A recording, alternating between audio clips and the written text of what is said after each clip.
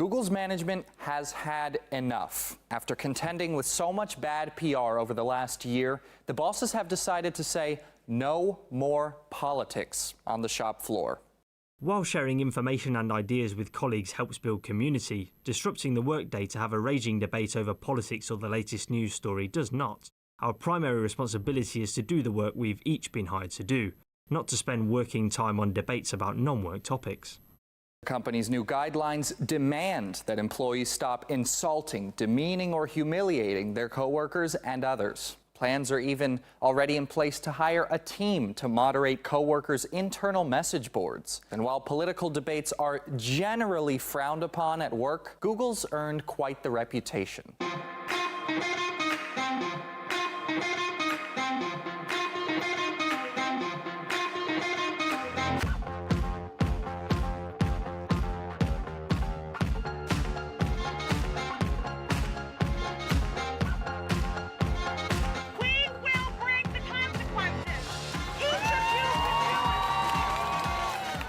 On top of that, recent leaks by Google employees sparked accusations of widespread political bias in the company, from manipulating search algorithms to fit a liberal agenda. I see Google executives go to Congress and say that it's not manipulated, it's not political, and I'm just so sure that's not true. To punishing those who oppose the company's political line. One former worker of Google even said he was fired for being conservative.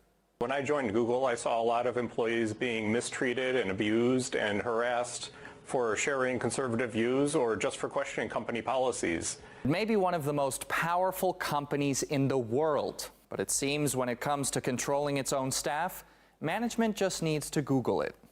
There are always guidelines governing employee behavior, of course, but these are unusual guidelines because they're specifically targeting political speech.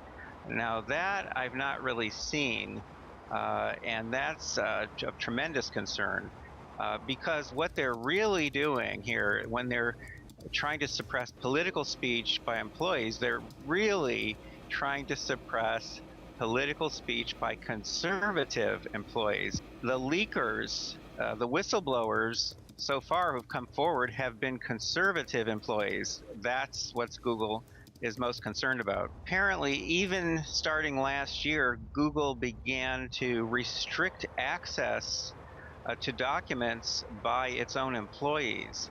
So I think if you look internally in the company, you'll find that they're probably doing much more extreme things to try to get their employees under control than we're aware of.